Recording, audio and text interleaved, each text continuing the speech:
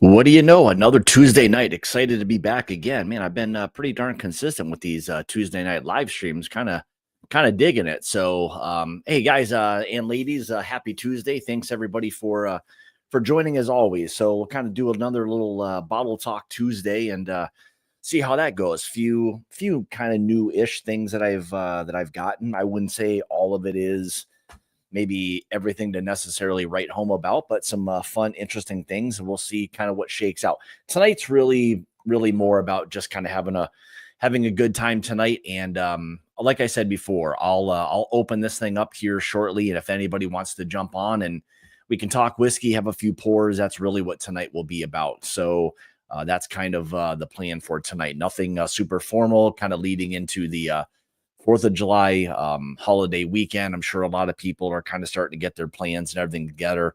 Hot dogs, hamburgers, bourbon, beer, all the good stuff. So, but as always, let me know in the comments what you guys are sipping on tonight. And like I said, if you want to jump on, I'll share the link here shortly. So let me go back and say hi to a few people that were in here right away.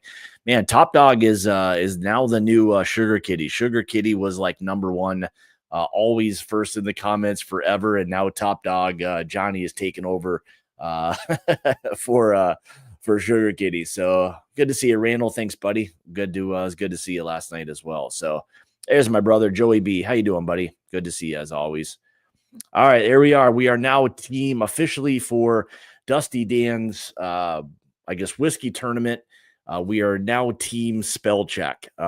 So I'm sure everybody has seen a lot of things that I send out. Oftentimes some words may look a little bit different than what they should. That's that's because I get a little too far ahead of myself. And then shortly after I realize that everything is looking wrong, I need to then do spell check. So, and it's usually too late at that point. So, but anyway, we are now, Roger and I are officially team spell check. So, looking forward to Dusty's tournament. So, all right, what else we got here? There's the man, the myth, the legend right there, Mr. Top Jimmy. Good to see you, buddy. We'll be sipping on something that Toby was nice enough to get over to me, so I appreciate that. So that's the thing, you want to try to do reviews, and I was a little bit late to the game, but just wasn't able to get one kind of on time. And by the time I ended up reviewing it, several other people had kind of done it. So unfortunately, the video falls a little bit flat. So if you're not kind of first or second or maybe even third, you kind of struggle in that kind of category. But anyway, it's a great whiskey. I'm looking forward to sipping on it and sharing it with a lot of people. So thanks for helping me get that bottle. Appreciate it. What else we got here? Thought I saw Stacy. Oh boy, here we go. The nut cruncher himself. He's made it. You can't even block this guy. No matter what it is, he somehow finagles his way into it. So the infamous JG. Good to see you, buddy. What else we got? Our fellow Wisconsinite, Mr. Brandon W. Good to see you, buddy. Hopefully you and the family are good. There's Stacy. Good to see you. 4-Leaf Whiskey. Thanks for tuning in a little bit. She is pouring some Dunville's cask. Oh, awesome. The 10-year. A buddy of mine just actually, I thought that's what he had the other day. I know I could be wrong, but who knows? What else we got here? There's one of my favorite Ethans. Good to see you, buddy. Thanks for jumping in tonight. Mr. Papa, good to see you as always. Appreciate it. Try to catch back up. Mr. Henson, good to see you. They got the old beach photos going there. Hopefully Florida is treating you well. Let's see what else we got here. Just waiting for some flex photos to come through any minute. So we'll in high anticipation over here. So, but hey, I appreciate you listening or watching while you eat and you're on the back porch. Man, a lot of stuff going on there. But thanks for you guys tuning in. Appreciate it. All right, Roy is now walking. All right, Roy, how you doing, buddy? Good to see you. I know you had it was like knee surgery or something, I believe is what it was. So hopefully you're on the mend. That would be good. All right, there she is. There's Renee popping in. Got Top Dog. Man, we got them all. Got all the Pete's in the house. So Roman, good to see you. Yo, yo, yo, yo. Good to see you, buddy. Um, what do we got? Is that McShawn? What do we got here? Cheers, buddy. Appreciate you for jumping in here tonight. Roman in there again in the house. What do you got? Oh, there's the man. You look at it. He got the house to himself. Now he's tuning into a little live stream action. Your wife has gone, who knows where in the world she is. She is off. That is one lady who cannot stay still. That's for sure. So I don't think I have to tell Tom that. So thanks for tuning in, buddy. Appreciate. Oh yeah, we're gonna be. Thanks for the bottle, by the way, Tom. I'll be tapping into that thing a little bit. Looks like maybe a Cincinnati based distillery. I had never heard of it actually before they gave me the bottle. Side Distilling Company. So we'll get into that a little bit later. So what else we got here? I think I'm almost caught up. Wayne, I saw your text, man. You know what? I'll say, you know what? Man, I'm indecisive right now. I'll let you know after the stream regarding the 7 year. I'll let you know. Lance, my man, good to see you, buddy. Always like when Lance is in the house. So all right, JG, what's he got for me already? We're already getting after it here. Hawk, when you go to bed, oh man, I'll tell you, can't get past this guy at all. So Benny, good to see you. Ben Draymond, good to see you as always. All right. Another Benny, good to see you. There we go. Good to see you guys last night. That was good to catch up for a little bit until the old internets went down. So the Waxster, good to see you again 2 nights in a row, man. Lucky guy tonight here. So Heather in the house, good to see you, Heather. Appreciate you jumping in here tonight. Cask and Q, good to see you guys.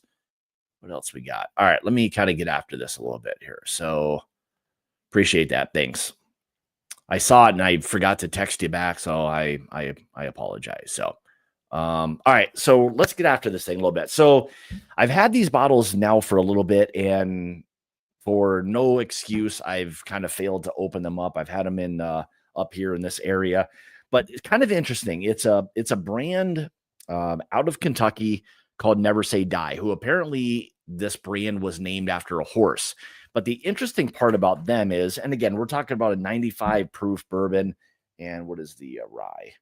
105 proof. So I do like the proof on that. But anyway, we're talking about Never Say Die.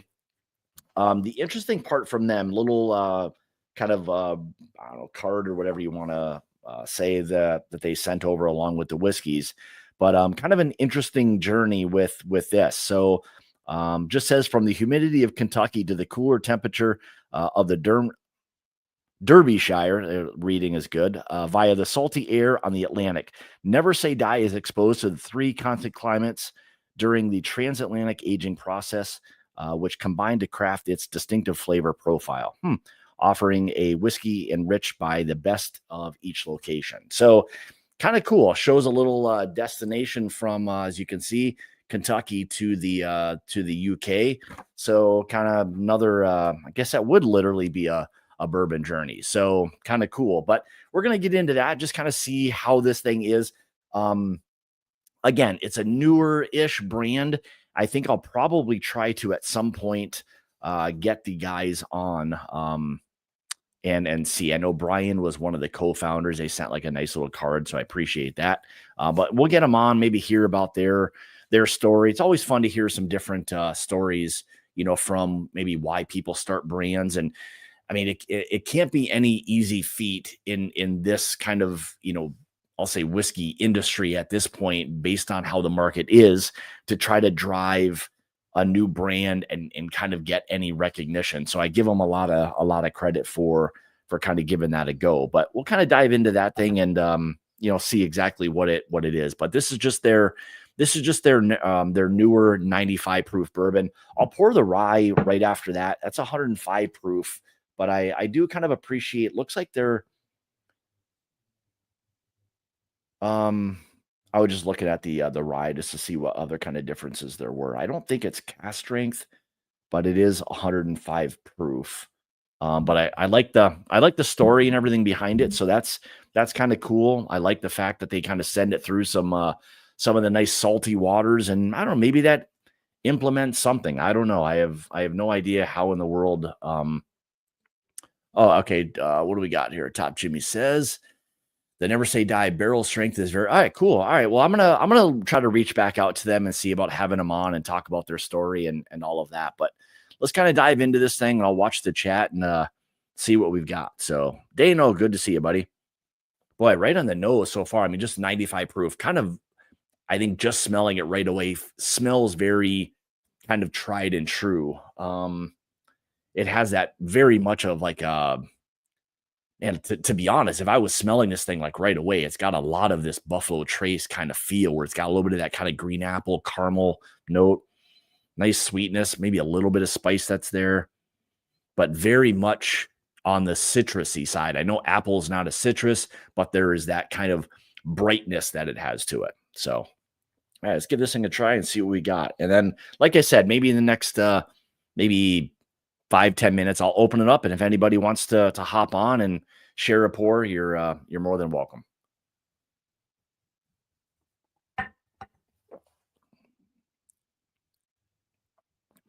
Well, I'll say this for 95 proof, a really nice little spice to it. But yeah, it has a lot of strong similarities from nose to palate, spicy, um, maybe caramel apple kind of feel. I do really enjoy the spice factor that it has, which is lengthening the finish, making it feel a little bit, I guess, a little bit more maybe hefty, if that's the right word. Yeah, I mean, it's got a nice man, I'll tell you for 95 proof. I mean, really, I know it's only 5 proof, but I'd say it's probably drinking more in lines of that, 100, maybe even 102 kind of, it feels that way anyway, but soft, kind of bright, again, caramel apple, a little bit of vanilla, very much kind of tried and true, easy little sipping bourbon. Probably perfect for those evenings that you don't need or want something that's got big proof to it, but has a nice little flavor. I think overall, nice little bourbon.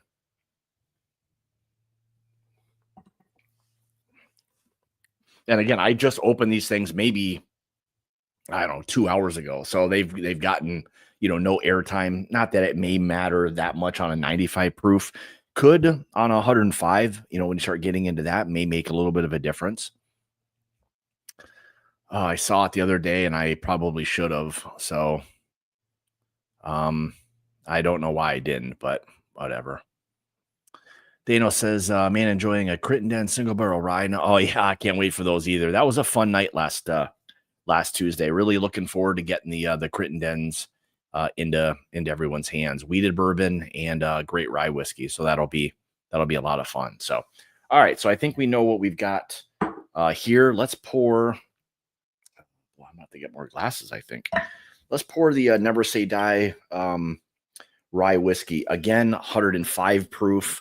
A good question would be, why they're maybe leaving the rye at 105 and proofing the bourbon down to 95. Again, I don't know if it's just a pure volume thing or what it is, but always kind of interesting to see why some distilleries, when it's not cask strength, why they kind of land at the proofs that they do. I would have to imagine a lot of times, they know like what that flavor profile is going to be.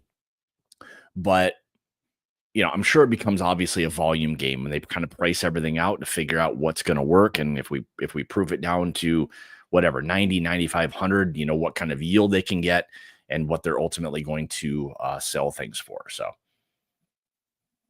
all right, a little bit of like a little bit of a mint chocolate chip right there. Really nice spice on it. Boy, I like the spice so far on both of these. That's one thing that's really kind of popping out to me. Boy, there's a stronger little like kind of evergreen note to it. Well, I know it's distilled in Kentucky, but I don't have mash bills or anything like that. Let's see what we got here.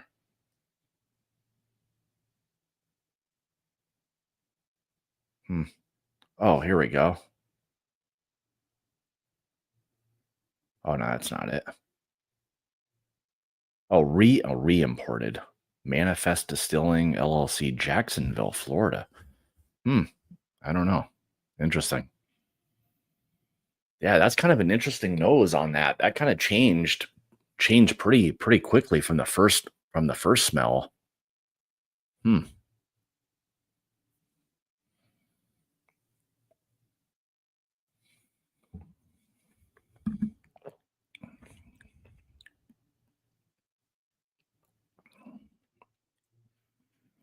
Boy, that's kind of interesting.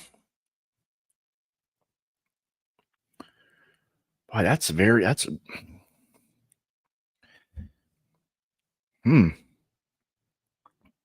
I've almost got to like think about this for a second. That's a little bit of a different profile. There is that kind of evergreen note, but there's this strong like man, what is that?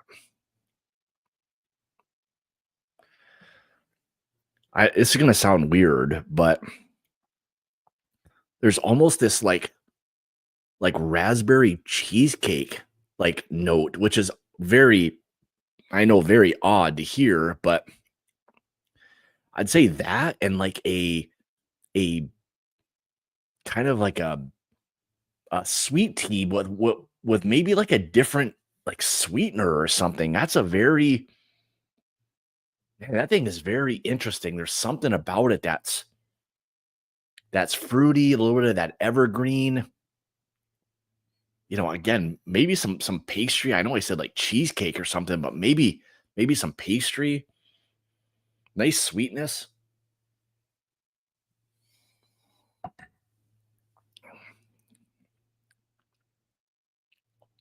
Nice spice. I don't know. I wonder if this thing taking that journey has done something to it. That's very interesting.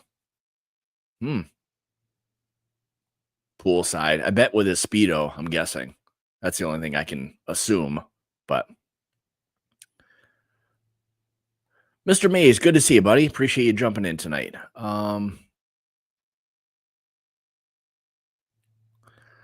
Heather is sipping the 1792 cognac. Man, that is one thing that we have not landed on yet. Is a just good cognac finished bourbon, and we've searched and searched, and we just have not landed on one yet. Hopefully someday that we can secure a nice cognac finished bourbon, or I don't know, rye. I've not really heard of many people doing a finished rye with cognac. I don't know how that would really react. But Joe, the sample guy, cheers, buddy. Let's see what else we got. There he is. There's the man. Roger and I are going to be facing Marty and Tom, the bourbon jerk, whenever we get our samples, and that'll be a fun, entertaining evening. I have a little feeling so with that, but we're all here for the odd. Well, you're welcome. What else we got? Man, that is like really kind of throwing me for a loop. I know Top Jimmy said before he had a cast strength one. I'd be interested to know, Toby, what was the proof on your cast strength? I was just curious, like maybe how close to the 105 it really was. And do we have any idea who the distiller is? I know they have some kind of I think proprietary like barrel stuff that they also do to make it a little bit more interesting, in addition to putting this thing on a ship and setting sail. So, hmm.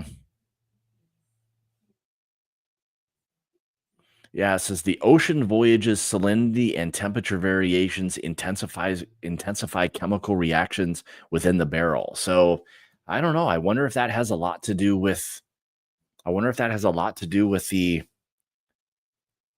the flavor profile because it's different. I don't think I would necessarily recognize anything different with the bourbon, but definitely the rye. It has something very, very different about it.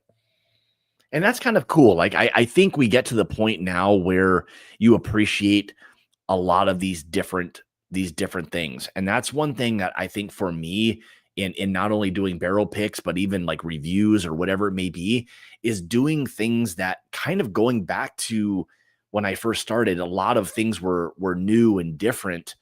And it would be nice to get back to that, like introducing new brands and talking about that kind of stuff.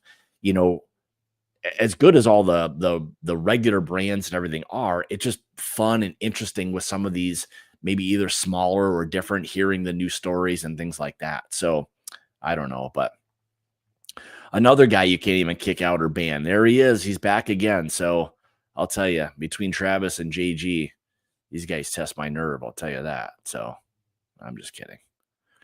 I'll see Travis. Man, what is that? Maybe a couple weeks. We'll be down in Tennessee at Jack Daniels and George Dickel. So looking forward to a fun couple of days. That's for sure. So let's see what else we got.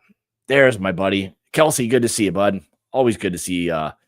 Good to see Kelsey. I wish I lived closer. I would partake in the Monday night boys evening. It always looks like a good old time. So plus I think once we're getting to the warmer weather, I'd like to maybe get outside once and just kind of kick back with a good cigar and have a little live stream and get everybody in. So all right, let me do this. If anybody else wants to hop on, I will open this thing up and we'll kind of share some different pours. I'll get into a couple other things and we'll let this thing run as long as anybody wants to stay on. So let me just copy this here real quick. Throw it in the chat. There we go. So if anybody wants to hop on, you're more than welcome. So I'll crack into another bottle here in just a second. So what I really want to get into next is I've got, all right, so here's what we've got kind of let's see, on tap. We got the Star Hill Farm, which we can get into in a little bit. I'd like to kind of hold that one a little bit. Here is the new Larceny. This is the B525. So looking forward to kind of getting into that a little bit. I wanted to give that one a little more air before I did any review. The barrel batch 37. We can talk a little bit about that. And then the there he is. Yes. How's it going, buddy? Yeah, good to see you. Drinking some moonshine with a couple of cherries and a little smoke. Man, there you go. Sounds like a pretty darn good Tuesday evening right there. Heck yeah, buddy. Yeah, you need to come down anytime on Monday, dude. We would have a fucking blast. Man. Yeah, I'm sure. Maybe too much of a blast. That's for sure. What's new? What? Oh, you said you were sipping on some moonshine. Yeah, I have a buddy of mine that lives in El Dorado, Arkansas, and that's his white dog.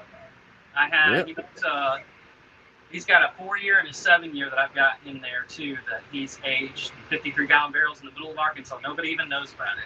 Really? Yeah. So it's he's actually going to do an experiment here pretty soon with purple corn. Interesting. A hybrid version, and so he's going to make a match with it and see how it turns out. Huh. Well, speaking of different colored corns, we'll be getting into the Still Lawson. I've seen you've done those reviews before. Now we're getting into a little older stuff. This is age 6 years, so we're getting into some pretty good ages for Texas bourbon. So it'll be interesting to see what that one's like tonight. So, and I know you reviewed it before. I think you enjoyed that one. I really like the red and the blue corn. Blue corn's more my palate per se, but the red corn is really good as well. I mean, anything Nancy does is great. But I was talking to her via text the other day, and she was going on about some of the things that she's working on and what's going to be coming out, and it's pretty impressive of all the different things she's got her hands in in different places. So. You kind of wonder, like with everything she's got going, how in the world she keeps doing all that. Like how do you get to all these places? Scatterbrained as she is, when you talk to her, like it's always when you talk to her on the phone, it's like trying to keep like herding cats is the best way to do it. Like it's not walls, going different directions. It seems to be the trend. That's for sure. So. No, It's good, man. Things have been going well. How are you and the fam doing? We're doing good, man. It's that's the thing. As you get a little bit older, you kind of welcome the fact that nothing changes. A lot doesn't change. So as you get a little bit older, things begin to change a little bit. You don't want too much change, so it's like kind of pump the brakes. If not, get through one day, nothing happens. You move to the next and just keep on turning the feet. So that's about it. So. It's kind of crazy. When we're young, we always want all these new experiences and try new things and do new things. And when you get older, you're like, can't we just do the same thing that we did yesterday? That's a funny thing that you say that, because as much as you want some things to not change, you do then want other things to change with the travel.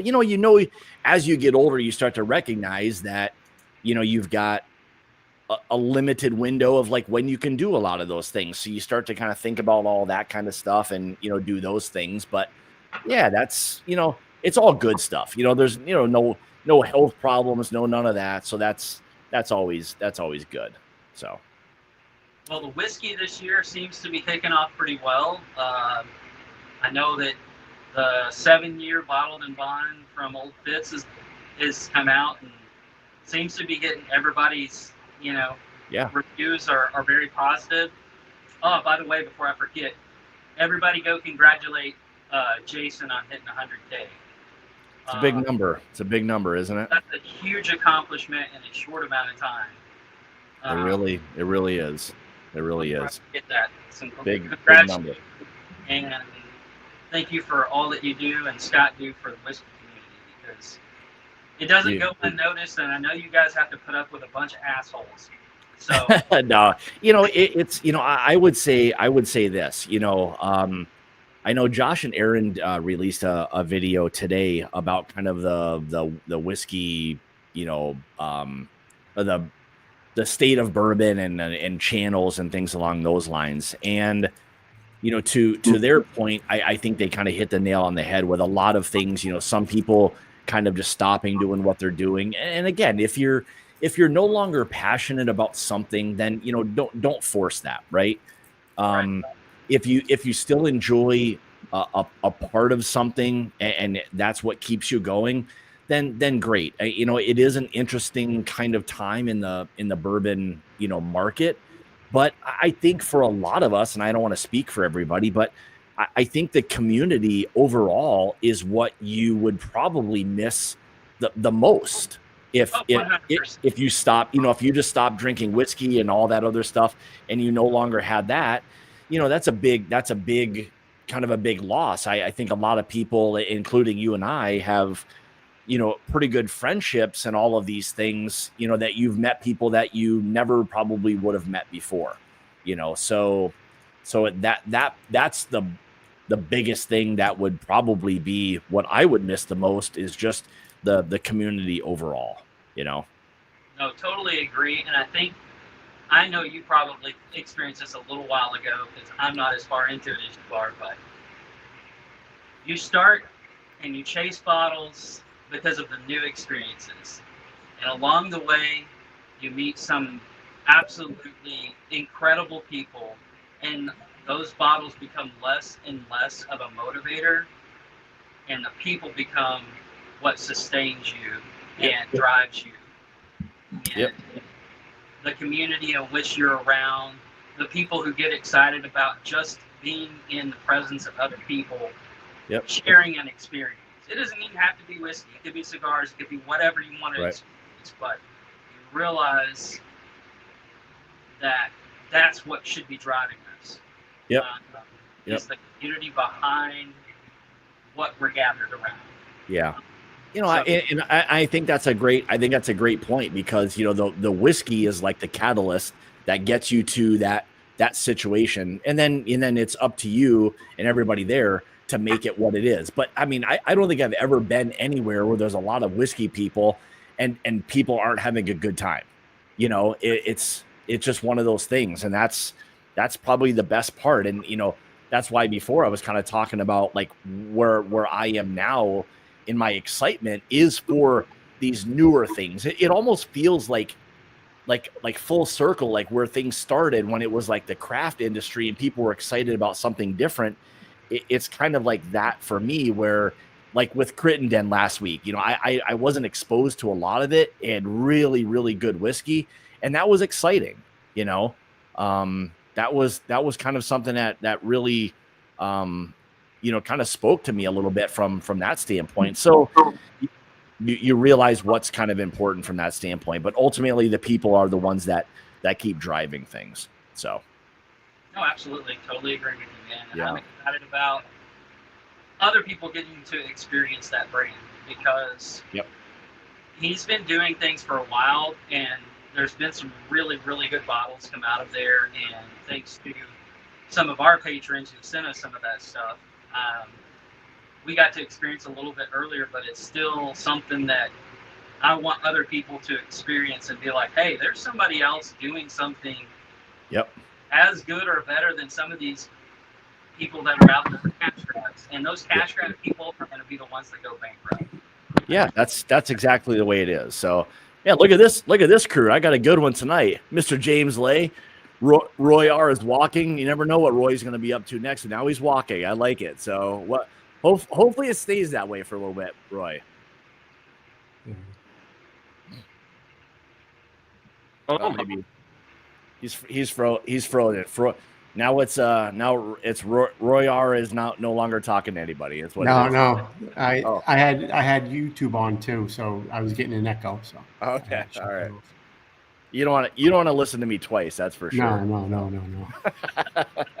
In stereo. Chalet, how's it going? Oh, hey, real quick, I just got a text from one of the guys over at Highwire today, so we're locked and loaded for that. So yeah, appreciate the hook up there. Really, that should like interesting. We're looking forward to kind of getting over there and kind of getting through some of their. Well, actually, we won't be there this time. The next time we're gonna go. This time they'll just do this. This time they're just going to do samples and all of that. So looking forward to whatever it is they're willing to send over to us. So it should be fun. So you're cutting out a little bit. So Roy, how's the recovery going? Good. I had they changed my pacemaker in April. Oh, is that what it was? Yeah. Oh Jesus! I thought you had like knee replacement surgery. No. They told me last summer that the battery was just about done, so I knew it was going to happen. I just didn't know when. You know. Okay. All right. And, well, at least they let you know. Yeah. I was 270 pounds, and he said to me, "Look, this is going to be a job if you don't lose weight." So I'm down 80 pounds. Awesome. Since it's about a year now, almost a year. Yeah. That's a lot. That's a lot of weight. Congrats. Yeah. Walking and swimming. All right. Well, Roy R walks and swims. All right. Sorry. So you can still enjoy a little something here and there. That's yours, right? Yeah, it is. Yeah. This is delicious. Yeah. Good. So I just cut down. That's all. Yeah, I hear you. All right, so I'm gonna get into a little bit of the new red corn bourbon from Still Austin. I think this is this is their 2025 release. I'll tell you what, I always hate to like preface it with like it's Texas. You know, I feel like everybody starts out with Texas whiskey that this is like a Texas whiskey thing, but I think Still Austin has probably garnered enough respect now that we don't have to like lead everything with it being a Texas whiskey, but I'm excited to kind of get into this thing and see whether or not this is something that people really need to be kind of getting after a little bit. I mean, it's now 6 years, 6-year aged, bourbon from Texas, probably a little more advanced. So we'll see what it's like. But Texas whiskey that doesn't taste like Texas whiskey. Yeah, that's the other thing, and I think to their point, I think that's what you kind of get, and you get none of that real weird, necessarily Texas funk in it. As it begins to age, I think they're cognizant of the fact that they don't want this thing to be funky, you know. So, all right, James, what are you sipping on? I'm doing real select stuff. Anybody else catch that? Nope. And Tickle? Nickel? No. His audio's gone. Yeah. So, sorry, buddy. Yeah, it was cutting out, and then it wasn't doing anything. So, anyway, yeah, that's nice. What I'll say about this is it's got this very rich, almost Luxardo cherry kind of taste and feel. It's got a nice, even for it being 100 proof, man, I'll tell you, the rich cherry note that it has on it is pretty darn fantastic. I don't know the age. I wish I could. I know. Sorry about that. I wish I knew the price on the. I don't know if anybody else sees it or knows what the price on the new red corn from Still Austin is, but Should be around 60 to 65. If I okay. All right. Not too bad if it's fine with pretty much that $10 per year type of thing. Because yeah, man. If it's for like 79, okay, something like that, like just the regular store picks. So all right. Their stuff is going to be right around there. If it's in that range, look at that color on it. That's 100 proof whiskey right there. 6 years old. It is a dark one, that's for sure. So I don't remember if Nancy said she was blending in older whiskey to that or not. Well, yeah, we all know if it says 6 years, we know that's the minimum age. So yeah, I don't know what the oldest stock that they would have maybe available. I don't know if they've got stuff maybe in that 8 close to maybe 10-year range roughly, but I would think 8.5 to 9 would be pushing it. probably Just because I know she does a lot of the, what is it called, Scott, when she blends the water with the oh yeah. I know exactly what you're talking about. Yeah, it's essentially it's like low proof whiskey that yeah. she's putting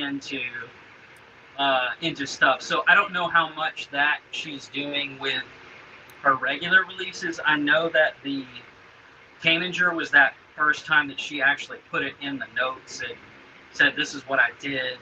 It's Okay.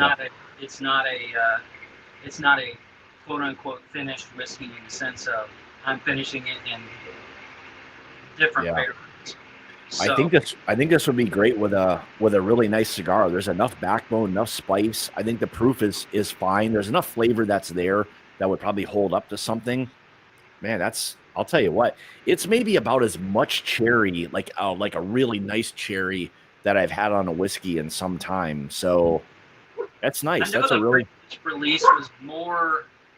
It was fruity, but it was more like that confectionery kind of fruit notes, almost like a sweet tart. That kind of powdery, confectionery, fruity type of component to it. So I'm interested. I'll have to pull the trigger on that one and see. Yeah, this one, I would say that really kind of like intense like sweetness is probably gone and now replaced with a little bit more, both like decadent and like savory kind of notes. It does feel like with the age, maybe now that this thing is aging up a little bit, you're starting to lose a little bit of that like youthful sweetness just from the corn, and it's starting to really like round out pretty nicely. So. Yeah, I'll have to once I do the review of this, I might have to find the old red corn and do kind of like a side by side and see what the differences are on that one. So, is that hitting you more mid to back palate as far as the bulk of the body comes from, or is it still the front to mid? Yeah, I would say probably more like front and mid. I wouldn't say the finish is like overly long. But man, it has this like lingering, like spice. You know what it tastes like? Here's exactly what this tastes like. I was trying to search for what this reminded me of. It's almost like a bottled Manhattan. Okay. It is very much what this is like. If you gave me this, I would know that it wasn't a Manhattan, but it feels about as close to a bottled Manhattan as you can get from like a whiskey. with a little bit of that oak is kind of starting to come through. There's a little bit more of an aggressive oak that's there without it being like overly tannic or anything like that. You're just not going to get that with it being 100 proof. But man, that's pretty darn interesting right there. I think a lot of people would really, really dig that bottle. I'll probably let it up. Oh, sorry. Go ahead. Oh, no. I was just going to say, I think most people, at least the people that I've talked to, they hear Texas and that's such a hurdle for them. But I wish people would just try some of their shelfer stuff.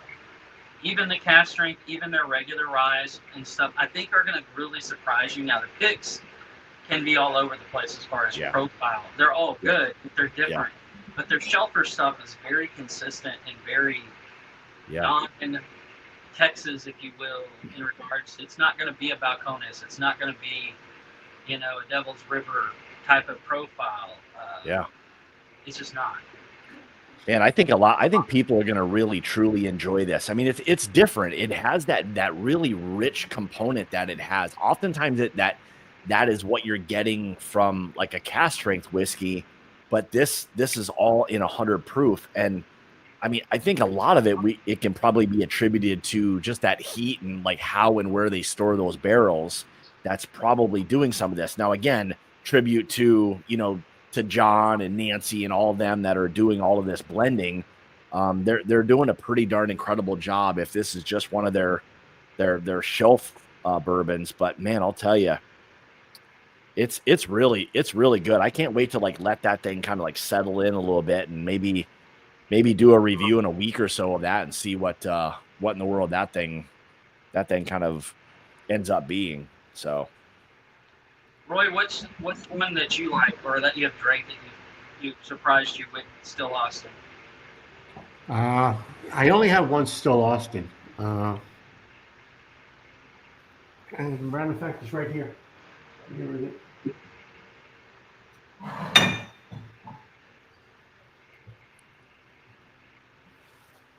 This is the 210-90. Yeah, there you go. Yeah, it's a really good one. That's the only one I've had. I've had I think Cheech had a couple he brought over one time, but I'm not a big fan. But good whiskey is good whiskey. If something comes out, I don't care where it's from. Yeah, that's the best part. It's like to each their own. Enjoy what you like, right? Yeah. So thanks for bringing me back in, guys. It's been a while since I bought I haven't bought a bottle in well over a year. Well, you've had some recovery and stuff to kind of take care of. Well, look at behind me. There's 300 there, and I got into the cocktails, so I have all the mixers. So I was looking at it. This is 3 or 4 lifetimes worth of whiskey.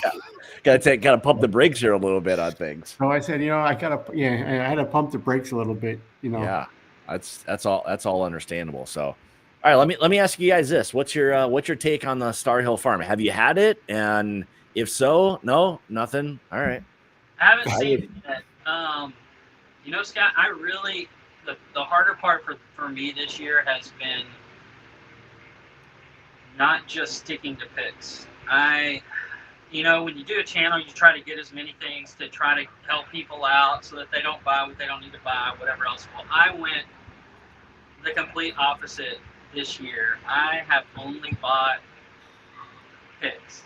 I really haven't bought any new releases this year, which is pretty kind of wild for me. Yeah. But I will. That's how I went too for a while. Just picks. I still see picks and stuff sitting on the shelves collecting dust that a year ago would have been gone in less than a month or 2. Yeah. I hear you. I mean, I think that's kind of just where we are with things. I mean, I think to your point, with like the Star Hill Farms, like that's a bottle that, would have come and gone like very quickly. There would have been none for anybody to go back and buy. And then, thanks to Toby Top Jimmy, I sent something to, I think, Jason originally asking for it, and he sent my information to Toby, and then within like that day, I already had one secured. I mean, that just would have never have happened not that long ago. You know, it just nobody would be able to have the opportunity. But I think just there's so much stuff out there, and maybe unless it's like a, you know, Russell's 13 or 15 or whatever it is, like you have an opportunity to get these things nowadays, you know. So maybe with a little bit of work. Exciting for a lot of people like that, you know. I know you're gonna have one of two things. You're gonna have those people who just stopped hunting altogether because they got tired of not being able to find anything, and then they're gonna be this year gonna miss out on things because they didn't hunt, right? Yep. Because they've been setting and setting out. So again, like, do whatever you want to do, but for me, I just feel like with where my personal budget is and what I want to spend money on, I want to buy people like Jason and Scott's picks, our channel's picks, other channel picks, because I know their palettes. I know that my money is going to be well spent, and it's not going to sit on the shelf 2/3 full and not drank. So. Yeah, I think that's a great point. I mean, I think that's probably oftentimes kind of where I fall, and really the only bottles for the most part that I truly buy would be, you know, maybe for a review purpose, which is kind of unfortunate because oftentimes you do that review and then you may literally never go back to that bottle, like ever. Exactly. You know, or now you think kind of twice about that, or you know, getting bottles that maybe you just would have for like a cocktail or something, you know, because maybe you don't want to use 125 proof, you know, whiskey in a cocktail or something. Yeah. So if I buy bottles, oftentimes it's just for maybe making cocktails or something, you know? So, you know, it is kind of an odd thing. It's, you know, I kind of like try to wrap my mind around like the justification of things at times. And with all the whiskey we all have, like, I don't think there's really any justification. The only justification I have is from a review standpoint. That's it, you know? So. I've got a bunch of flies around me. I don't know if you've seen these, Scott. Oh, is that the salt one? Yeah, the bug assault one. Yeah. It's a good one. This thing by me, or else they just go crazy. It's the fun one to have right there. So just fill it up with a little kosher salt and you're good to go, right? Absolutely. Yeah. My dog hates it, but hey, they're not bothering her. They're bothering me. Yeah. All right, so here we go. We got the new this is the newest Larceny barrel proof batch B525. I've got some. Nice. Thanks.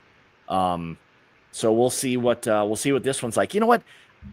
This is probably one of the releases in the last, I'll say 6, just to kind of round it out, that feels very much the same each time.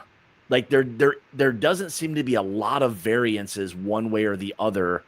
I don't know why that is, but to me, I struggle a little bit with trying to find a lot of differences with the Larceny barrel proof. I don't know if you guys have run into that or what. I will say they've been getting more dialed in, and I think it all has to do with the age. You know as well as I, weeded bourbon takes a little bit longer to find its sweet spot. So I think they're getting more dialed in. I will say the most difference that I've seen have been on the picks. Now I have 2 different picks. One, and I think they're both from Deatsville, but they're both from the Deatsville warehouse. Okay. Those things are amazing.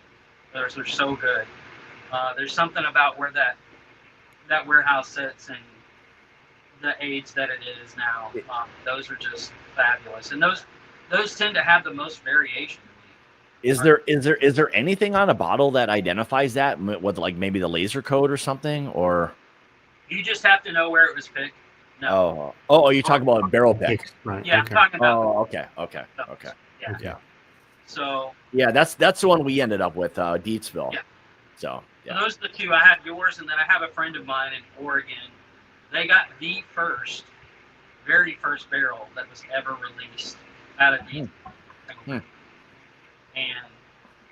I bought 2 of them, and I'm glad I did because the thing is crazy good. But like I said, I think it just has to do with them coming of age a little bit more. Yeah.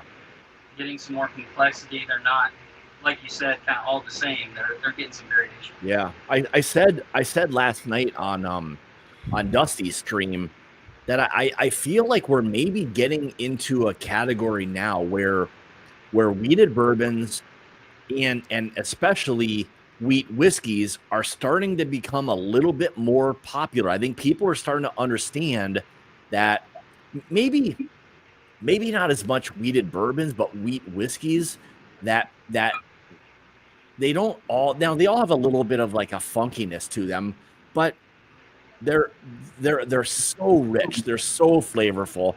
It's crazy with what these things are. So no, I mean, the one that we picked from National Distillers. By the way, if you haven't checked them out, Scott, you need to look at them. Out of North Carolina. We picked a wheater from there, and I'm telling you, it's unlike any other wheated bourbon that I've had. And I like when I first got into bourbon, I sought out wheaters, and then once I got into bourbon, I was like, kind of done with that. Yeah. This one is way different. So, along with the wheat whiskey thing, Old Dom it sent me some of their samples. Now, it still needs 2 more years. It was a 6-year. Okay. It's kind of what I told Clark at Old Dom. It's like, look, this has a lot of potential, but you're going to need at least 2 more years before it's really going to see its potential come out. Yeah. I would agree. I think wheated bourbons, maybe even wheat whiskeys to that point, need more time. They need to round out. They need to get past that super wheat grain note. Once they get a little bit more age behind them, much more richness, that wheat grain note, that cornflake or whatever you want to call it, kind of starts to go away, and everything starts to round out into much more of a like a really just rich whiskey. So look at this guy. What's going on, buddy? Come on, guys. I had 2 people banned from the stream, and one of them just made their way in. There's always that guy. Somehow he finagled the system right here. That's how it goes. But what are you gonna do since you're here? I guess what do you got there? Oh, there you go. All right, you're gonna talk about some. Have you? It looks like you've gotten into it a little bit down past the. Okay, all right. You're enjoying. Bro, I don't mess around with whiskey. You know that. I know. I don't pussyfoot with this stuff. So. I'll tell you what. This is a very good Larceny. It's probably the best Larceny barrel proof I've tried. But I've not had them in the last few years. So. Yeah, it's a solid one. I mean, I think it's a very, very good one. I said the same thing to Jason. That's probably the most rich one that I've had that I could remember having that was different than what the other ones were. So, like you said, yeah, rich, very rich. Mm-hmm. Yeah, very much that. So, was y'all's still as well, right, Scott? What's that? Was y'all's a deep still? It was Deetsville, yes. Let me hold the bottle up. I'll show you the thing there. We have the deets. Yeah, we have the deets. Yep. What? We're officially off the rails. It looks like at this point. So, oh man, I'm super jealous right now. I wish I was in a condition I could enjoy one with you, but well, you've got a condition. We just won't. Well, I would have to pick all my stuff up and walk outside with it. I don't think anybody wants to watch that. So to your point, yes, I could have set up outside and been doing that, which I'm slightly regretting at this point, but it is what it is. We'll get after that in the next next couple streams. So let me know when you want to do this. Oh yeah, What do you think, Marty? I know you've drank it. I'm gonna get into that right now. I need to. That Star Hill is so good. I tried just a little sample of it, and I thought it was an oak bomb. I freaking love that stuff. Yeah. Hope to find a bottle of it. I'm gonna crack into the fresh one here. I did the review off of one that I borrowed Jason's, and it was down maybe about halfway or so, roughly. And I'll tell you what, that thing was it was really, really good. I'll be interested just to see what this fresh crack is versus the. I think you're going to see a trend. Look at she just brought me. Look at this friggin' piece of crap. Yeah, it's trash. Tarnished. You guys are You going know to this. see a You know trend. this. I've never had a whiskey that tastes like butthole my entire life, but I'm pretty sure it's going to now. Wow. All right. Is it a whiskey nose glass? Yeah, thanks for coming. Hey, Marty. All right. I don't like that mouth. Do you? I mean, some people could just be better. They just need to work on being better. I'm gonna mute. Let's mute this guy. We'll take care of this guy. Somehow I Bump don't know. We're gonna start bumping things here in a pretty good second. So I'll tell you that. I got all the control over here, boys. Don't get too lippy, okay? Don't get too lippy. I've never been muted before. That was awesome. Yeah, I should do it more, right? You probably should. All right, let's see what we got. Marty, what do you think of the Star Hill Farm? You liking it? I do. I think it's kind of weird, man. I get like a candy, almost like for some reason, and I was talking to Whack and a couple other people. Like I get like this weird cotton candy root beer. Okay. That is so two different directions. But when you're dealing with that two different mash bill off this stuff. Yep. That was the interesting thing that kind of threw me for a loop, and I probably should have looked into it a little bit more before I did. But with two different mash bills, why do they only have one on here? Yeah, they only give you one mash bill. They tell you there's two. I didn't really look at it close enough, and then because when I did the review, I'm like, okay, awesome. They got all the breakdowns. They're being very transparent about what they're doing. And then after I did, I talked to a couple other guys, and they said, "Oh yeah, it's a blend of two different mash bills." I'm like, well, why didn't they put that on the bottle? Yeah, soft red wheat, and then like a 100% malted wheat. So you got two different kind of wheats: a malted wheat and a soft red, which is whatever. Is it an average? Is that what they're considering two different mash bills? I mean, it all adds up to 100. I mean, yes. I mean, it has to.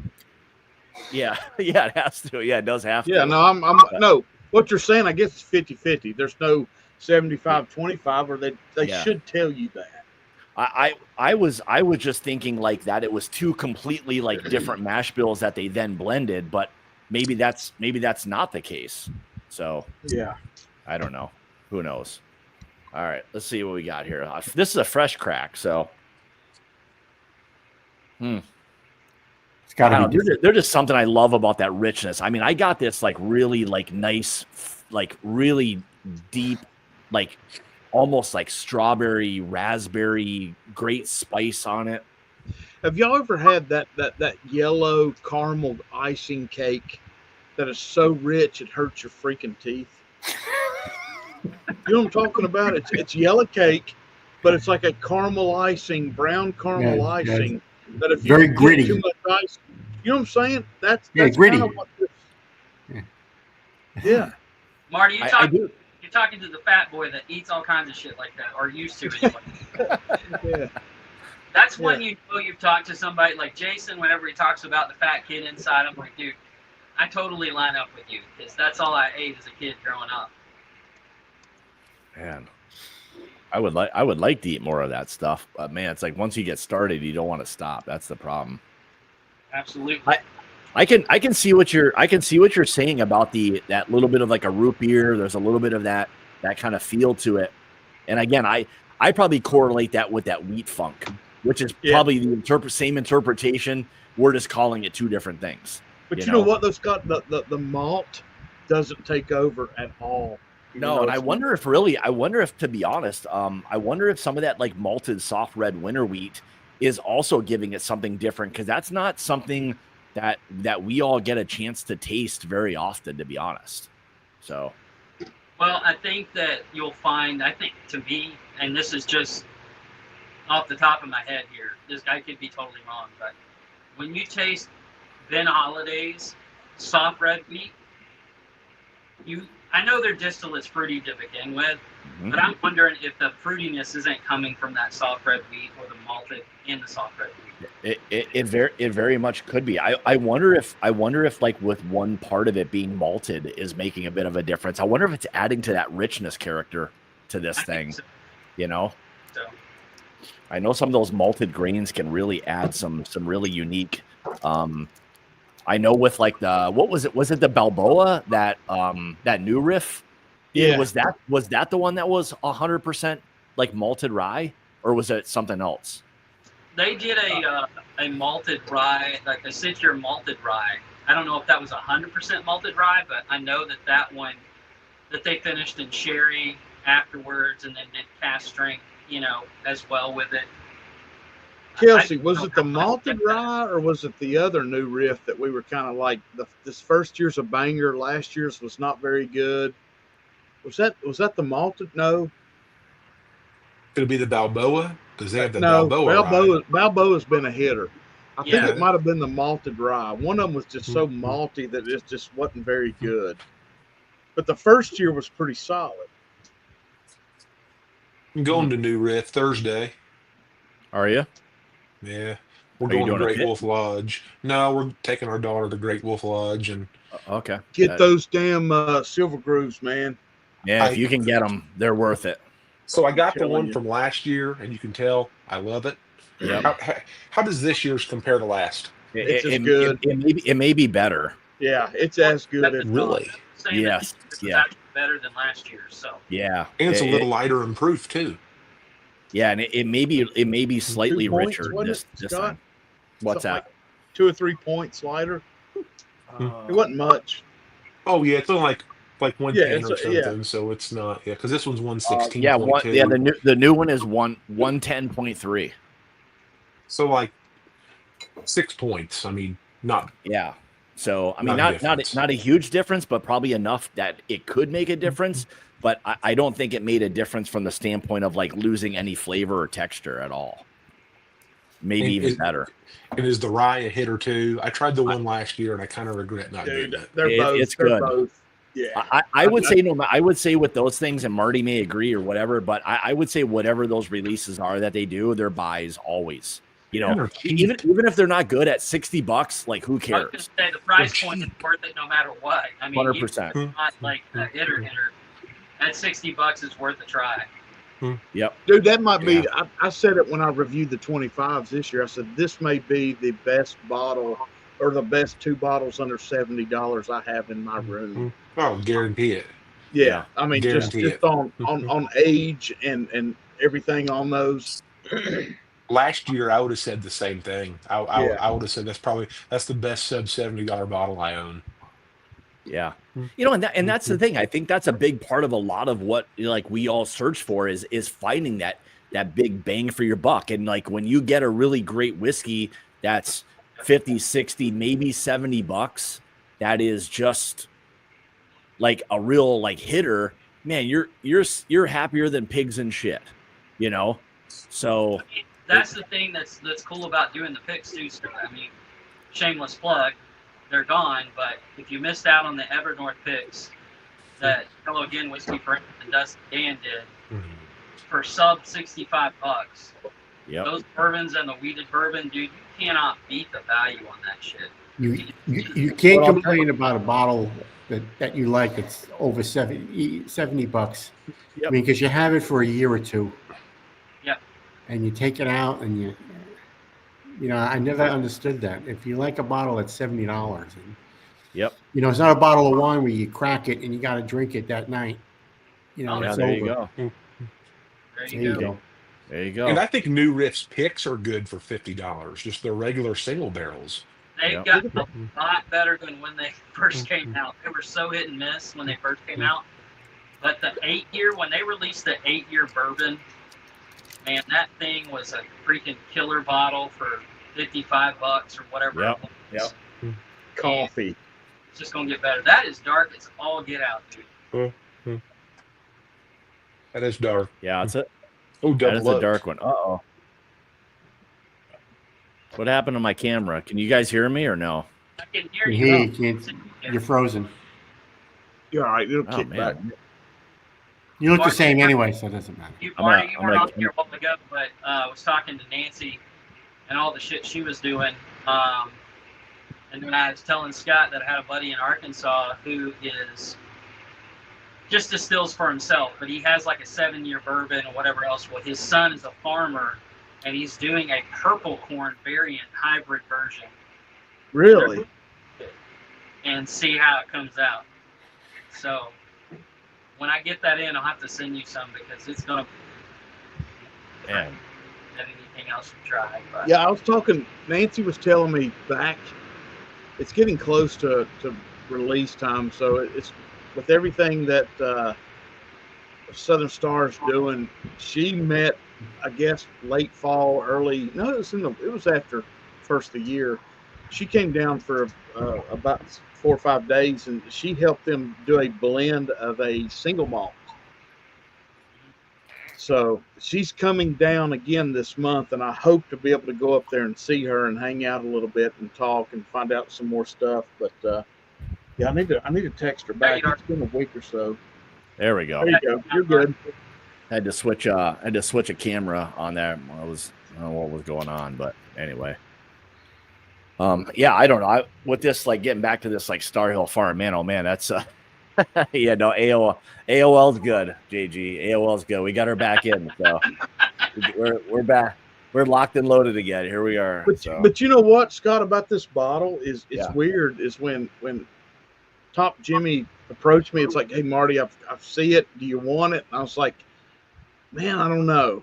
Makers, I'm just like, I don't know, man. I mean, and he goes, and then he sent me a picture, and we kind of talked about the color. Yeah. And just off the color, I was like, you know what?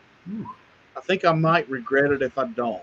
And I damned it if I don't regret it that I don't have two. Let me add, and I would agree 100%. I think maybe you just kind of made your case, but do you think this is a bottle that's going to probably factor into your top whiskeys? 100%. 100%. Because there's no way in hell I could ever pick Maker's Mark off this. Hands down. Now, let me ask you this.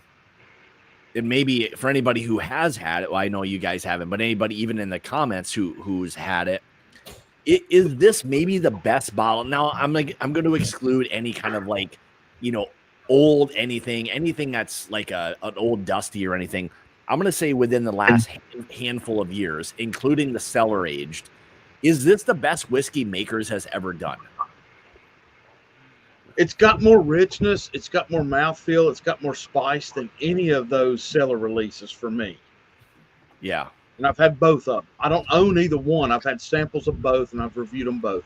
But I think the spice and the mouthfeel that comes off this double mash bill is just completely different than anything I've had from them. Yeah. So when you did your video and you said this is probably the best Makers I've ever had, I did not frown upon that. I was like, you know what, that may be a good point. There's been nothing that Makers has ever done that I've tried that has had this kind of flavor. Now I know we're kind of talking apples and oranges a little bit, but we're still in the weeded category. I know not a bourbon, but man, oh man, this thing's crazy. I don't know. think the heart release is a second to that. I think that release, the heart release, kind of renewed some faith that I had in them as far as what they were putting out. Yeah. Just because I felt like that was a more, like you said, it was richer, it was more complex, it was closer to the cellar age without being ridiculously expensive and hard to find.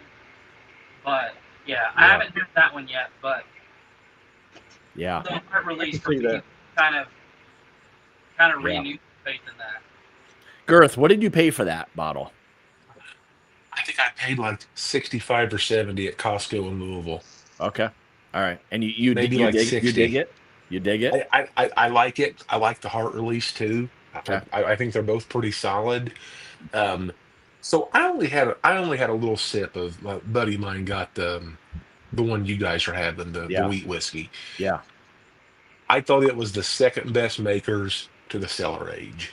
I like the oak of the cellar age real well, and I thought that had a pretty good oak profile. Yeah. I'd like to get one where I could actually truly get into the nuance of that because it's good. Cellar Age was definitely the better of the two that's been Really?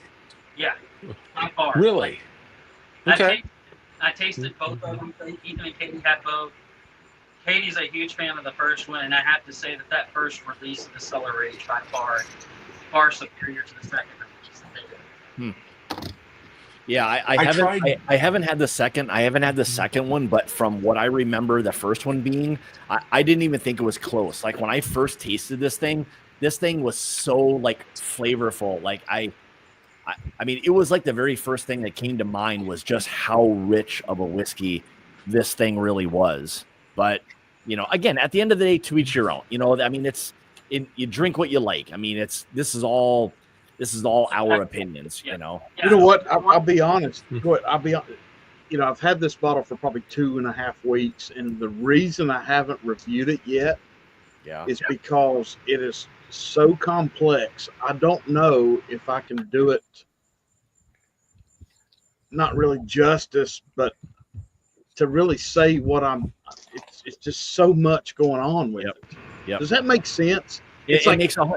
I feel like I'm gonna sit there and I'm gonna taste it and be like, "Yep, this is freaking nuts." You know, Marty, to your point. This is one of the things that I struggle with, and again, everybody can do what they want. This is just my opinion, but I think when you get some of these whiskeys, and some of the reviews that get done are right off of a bottle crack or whatever it may be. I don't, and if it's like a cast strength or anything like that, I don't think that's doing that whiskey any justice. Now, whether it changes or not, I don't know. But I think allowing that thing to open up a little bit may really give people a true reflection of what that whiskey may be when it gets down past like the shoulder and maybe halfway. Maybe not halfway, but you know, another 2 inches, or you get to the maybe where the label is on this thing, you really start to like get into like where that whiskey is hitting a stride. But you know, I get it. Not everybody can get a bottle and then wait a month to do the review. Yeah. You know, Yeah.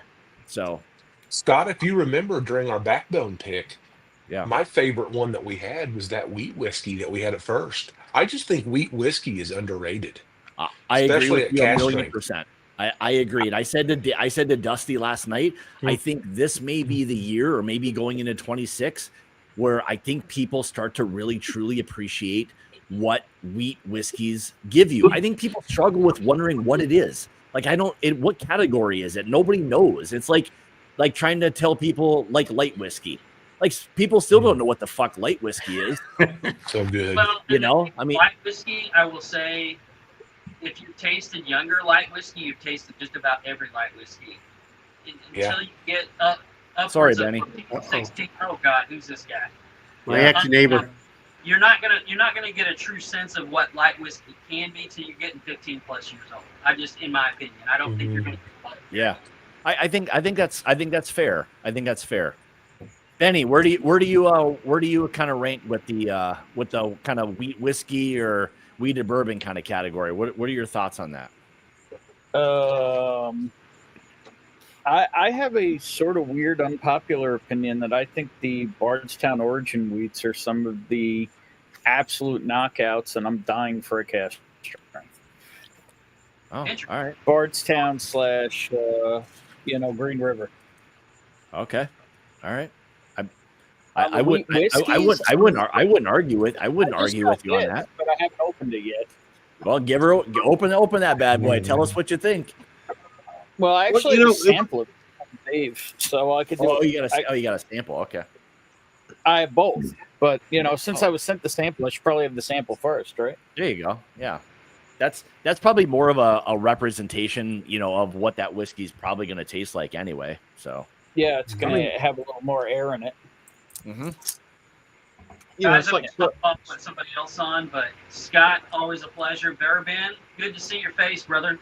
Yeah, what's up, brother? Thanks for jumping on for a few minutes. Appreciate it, buddy. Good to see you. Guys, see you good to see you in Japan, man. Take care, buddy. In Japan. There we go. It feels appropriate. There you go. Are you going to make the trek this year, you think?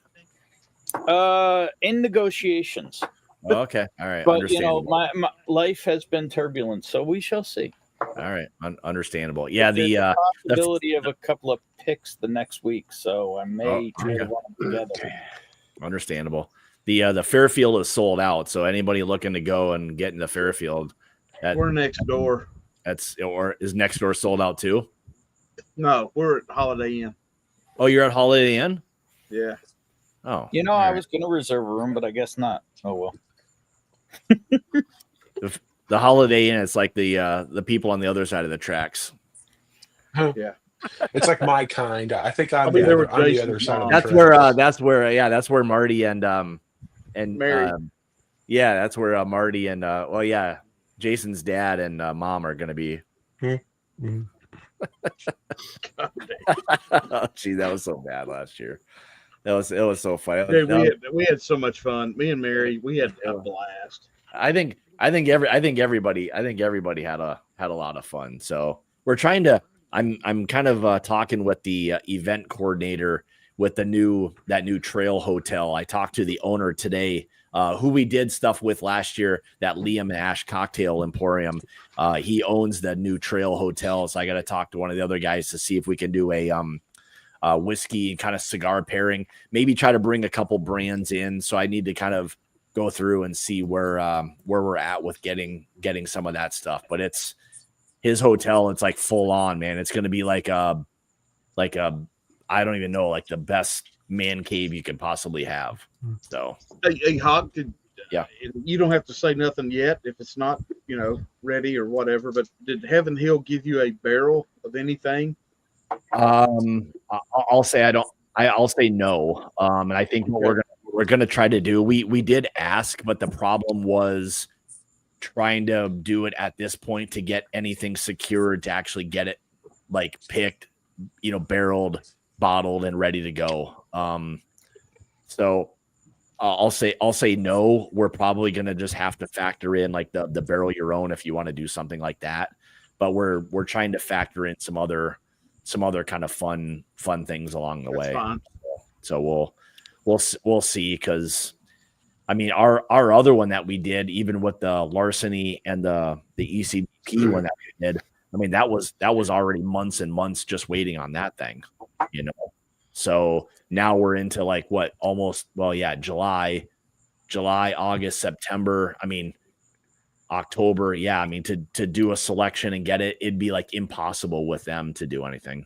So I don't know. I wish it was more of a possibility, but it doesn't seem like that's going to be the case. Well, but I mean, even a couple things, man, with Heaven Hill. I mean, would you even be able to have the option to pick it, or they pick it for you?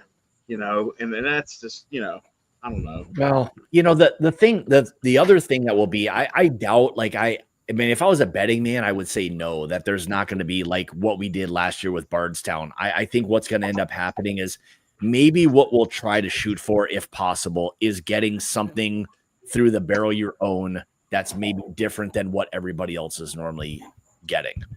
That's maybe the only thing we can shoot for, something different from that standpoint. So, or hollow corn, or yeah, we've asked, Ben. We've asked. No. I mean, have them roll a barrel of it into the bottle your own. We've trust me. We've asked, like, Jason. He's now dry. Yeah, I don't know. We'll see. Like, I mean, that's an option. Like, we don't necessarily need to have it bottled. We just need barrels available, right? Just send it on down and put a tap on it. Yeah. It can't be that logistically difficult. Probably not. Like, I mean, it's maybe as easy as what I just said. Grab a barrel from somewhere, roll it down, hook it up, and get ready to go. Right? How difficult can it be? Yeah, I guess see, it would have like to James be, said, like the pick that they did in January just hit in June. So yeah, right. But if it was like, let's say, a bottle of your own Elijah Craig barrel proof, yeah. If it doesn't get finished at the event, they'll finish it the next day. That's a good point. I'm going to write. Throw us a good 9-year barrel called good. Yeah, we don't. Yeah, that's the thing. We don't necessarily need a bottle. We just need a barrel. Yeah, a good 15 to 18-year-old barrel, call it good. Yeah. Yeah. Yeah. And I'm down with that. So Yeah. I I mean, 15, yeah. I mean, if they at got some least you guys, at least 1921 you're not shit, being picky. So I do appreciate that. Well, if anybody needs a roommate, apparently the rooms are gone. Damn, I was going to reserve one, and I'm like, I don't know what life's going to bring, and of course they're gone. Yeah. makes sense, buddy. Oh, you make me pitch a tent, but that's besides the point. All right. Well, anyway, let's see what else we got here. I don't want to take up everybody's night all night long. We can always do this stuff, what we're doing now, offline. But yeah, if anybody else wants to jump on, let me throw this thing here. We can always go to private and stuff as well. So I'll throw this on here in case anybody wants to come on. So right now we're just we're in the BS part of the BS and bourbon, as you can see. So, but we're gonna check out Scotty's private. It was so enticing. Everybody was smoking cigars outside, so I came out and it's pouring here. Yeah, it's just like soup here. That's all. I killed my lungs on Saturday, so I'm taking a break for a few days. Yeah, I need to get back after it a little bit. Kind of jealous of watching everybody smoking one right now, to be honest. But all right, well, if anybody else wants to jump on, we've touched on. Let me do one more. I don't know if any of you guys have heard of this or not, but some friends of ours who live in the Cincinnati area grabbed this bottle. I don't know. I know nothing about it. Maybe you guys do, or have somebody's heard of it. North Side Distilling Company. Has anybody ever heard or seen that before? I tasted North Side. I want to say I tasted it at what's it called? The Dusty Bar in Covington, or Revival. Revival. There you go. Yeah. Revival. I tried some at Revival. It was interesting. Okay, well, if it's good, I'll be in Cincinnati. So, well, it looks dark.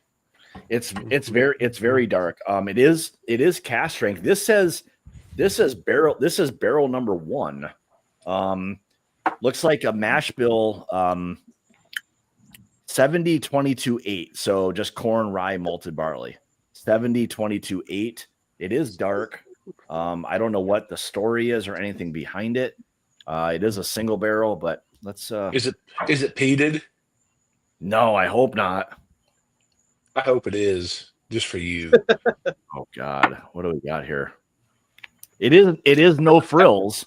It is no frills. It says no frills on the bottle, so I do appreciate it being no frills. I mean, who wants a frill? I mean, I don't want a frill. I mean, I like extra frills, but this has no frills. I want one of your frills. Hey, this is a PG show, okay? Yeah, well, you brought the wrong guy on. That is that is true. I mean, I mean, it's not the wrong guy. That's plural. Let's go with plural in this one. So true. I mean, Ben, it looks like Ben, you and I are never PG. Mm-mm.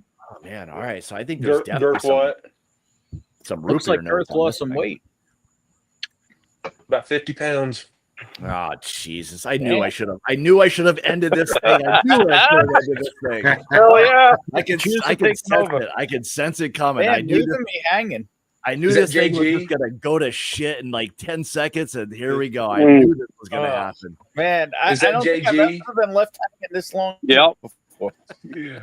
Oh well. Hey, buddy. Damn. Hey, buddy. Where's Chris? Hey, Scott's already beated me, JG. So. We have like this relationship where he's kind of like the venereal disease you just can't get rid of. So, Yeah. You know, that sounds very much like a love relationship. Oh, right? Whatever. You know, I'm the penicillin. Don't worry. The penicillin. There you go. Nice. There you go.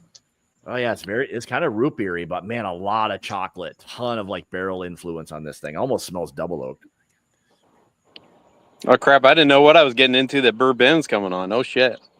Yeah, and you left me hanging too. All right, little craftiness that it has that to it. Little kind of corny. Man, I think it took me like I seem to remember it was quite young, but not bad for how young it is. Yeah, I would. I think that's a fair statement. A little bit of that herbal, I'd say, like root beer, chocolate root beer kind of candy feel it has to it. I want to say 2 or 3 years is ringing in my head. I don't know if it says on there. I don't see anything that has ages at all on it. I feel like I looked into it and I was like, oh, for this age, it tastes pretty good. But I could be Hey, wrong. Hawk. Yeah. Hey, Hawk. I got to bail for a minute, so I'll try to jump back on. Okay, sounds good. Bye. Good. All right. All right. What does this say? It does say aged, but all right. I don't know what. All right. This can't be the case, but it does say if I'm seeing this correctly, which if you ask JG, there's a good chance I'm not seeing this properly. I don't know. Is it the glasses? I don't know. It says 10Y on it. It says 10Y. That would be source day. North doing the research. Oh yeah. Okay. It does say. All right. Here we go. It does say distilled in Indiana. Oh, there you go. Hey, it's reading, not spelling, so Hawk's okay. Yes. All right. I'm good. I'm good to go. Northside Distilling Company, Cincinnati, Ohio. Okay. Distilled in Indiana. Okay. So according to this, I mean, now I would say this. I mean, with that color, that had to have been brought back to Cincinnati, right? Maybe with heat or whatever. I mean, that's way too dark. I mean, look how, I mean, I know it looks dark on the camera and it's probably pretty close, but man, it's dark. It's dark. What's up, brother? Top Jimmy. What's happening? I don't know. It's different, man. It's different, but What are you drinking, Hawk? this is a bottle that some friends got us that live in Cincinnati called Northside Distilling. Is that what it is? Northside Distilling. But yeah, Their own stuff, or they sourcing? Do you know? no, it looks like it's from Indiana. Barrel. Best state in the land. I guess I got to drink something with girth on the label. No, don't. Nobody listen to him. He doesn't know he's drunk already. Not yet. Not yet. All right. And you're already It's a saying work that day. nonsense? That's all a bunch of nonsense. You're in that. Man, that's pretty. It's very malt ball chocolate, like a little bit of root beer on it. It's a different profile. So I would say if you appreciate something different, it's kind of cool. Yeah, I'm good with that. Just different. Man, I said it had like a little bit of a youthfulness, but maybe it's not that. Maybe it's just a barrel influence that it has. I don't know. Very interesting, though. Man, it does have a little craftiness, though, to it. Yeah, that can't be 10 years old. They finish it in something? No. Maybe they just picked a barrel that was like totally different and off profile, obviously. They scraped it.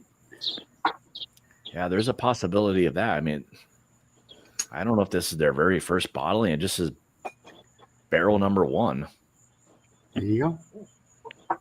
I don't know.